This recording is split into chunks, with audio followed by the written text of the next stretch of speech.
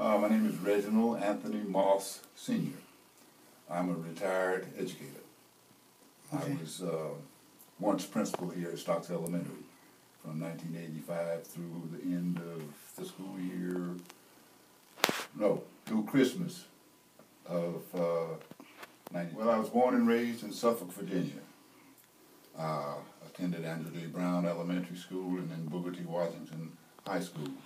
I graduated from there in 1954, long before schools were integrated, but that was the year of the decision, the Brown versus Board of Education, which said that school segregation was unlawful. I left Virginia and went to Florida A&M University in Tallahassee, Florida on a basketball scholarship. I played and stayed down there for 5 years, and I was fortunate to get a job teaching in Tallahassee, Leon County Schools, and I taught physical education, which was mainly activity in an elementary school, Southwest Elementary School in Tallahassee, Florida. I also worked with the football team at Lincoln High School and got experience coaching.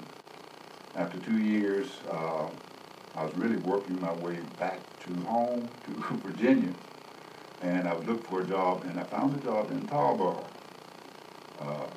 And I moved to Tarboro August 12, 1961, with my wife and my first child. There, I worked at Patilla High School from 1961 through 1970, when school integration took place in Tarboro City Schools. At that point in time, I became head basketball coach at Tarboro High School and assistant principal at Tarboro High. And I kept that job, did a successful job. It was probably one of the most rewarding periods in my life. A lot of people didn't want the schools integrated. And they worked against it, talked against it, schemed against it, and tried to create a situation which was full of havoc. Protests and bomb threats, all sorts of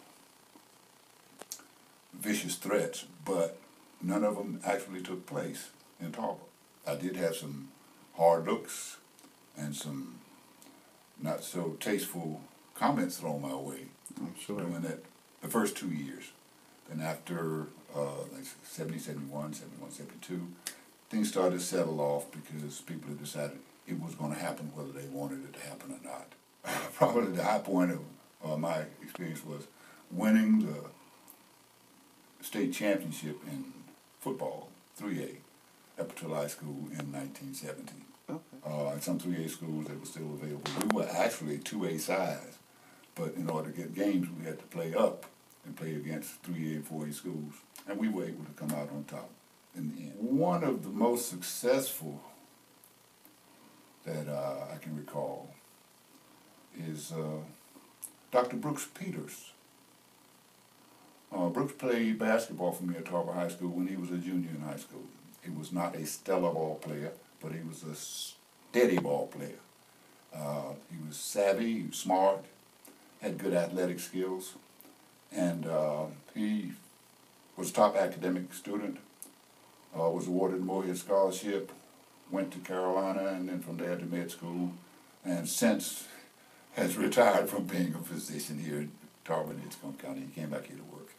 And so that relationship with him, which was a good one, lasted and still is alive today. And my intention was to stop off here for a year or two and then get an offer for a job in my hometown, and it came to pass. My mother called me after the first year here, which would have been 62, 63 school year. My mother called me and said, "We got a job for you here at the old Booker Washington High School. Won't you come?" I said, "No, Mom, I don't think I'm going to come." She said, "What's the matter?" I said, "I got a championship football team here, and I'm not walking away from it." And so I stayed another year, and then I was stuck. I figured this was a good place to raise my children. And I've stayed in Tarboro ever since. My predecessor, Lee Stocks, was also my mentor as an elementary school principal, because my orientation was as a secondary person. And Mr. Stocks is for whom the school is named for. Yes. When I became a principal at Princeville Elementary, when was that? About 1977.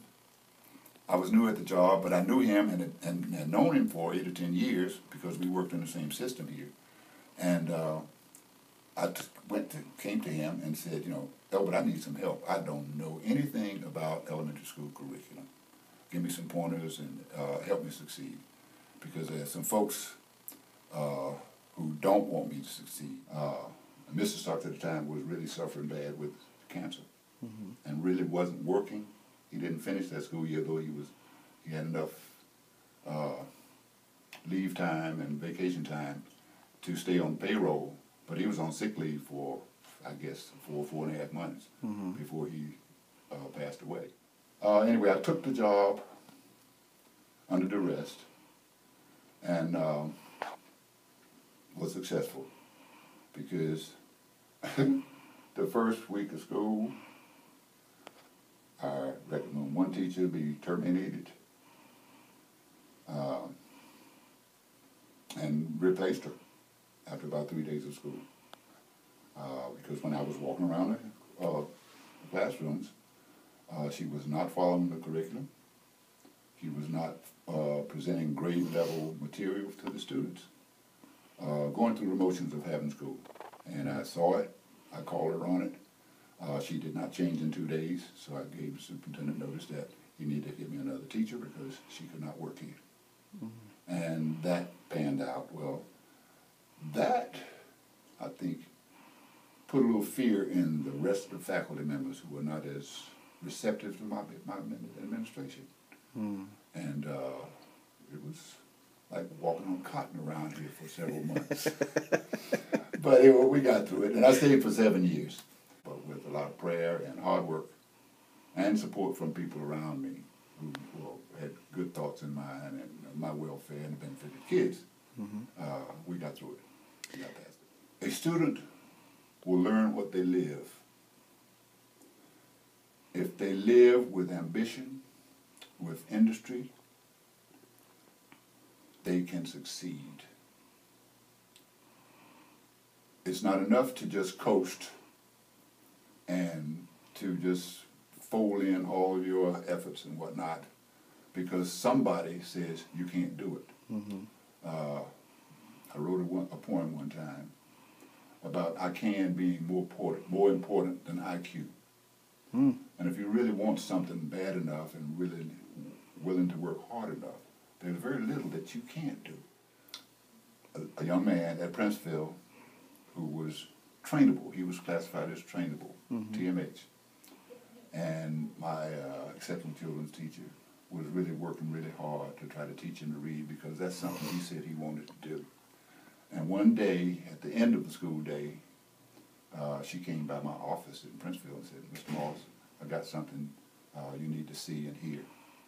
I said, okay, I'll be right there. I was doing some paperwork. So I went down to her classroom, and here she sits with little Frank. And that was his actual name. And she said, Frank, I got Mr. Moss here. You want to show him what you can do? And the little fella read for me out of a primer.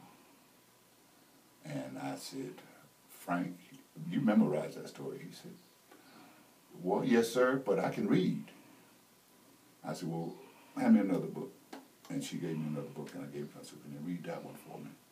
And he did. And so I was inspired that same day to go back in that office and sit down and write that poem. I can. I can is more important than IQ. Enjoy school. That requires that you have a positive attitude and wrap yourself up in positive actions and things. Be an actor rather than a reactor.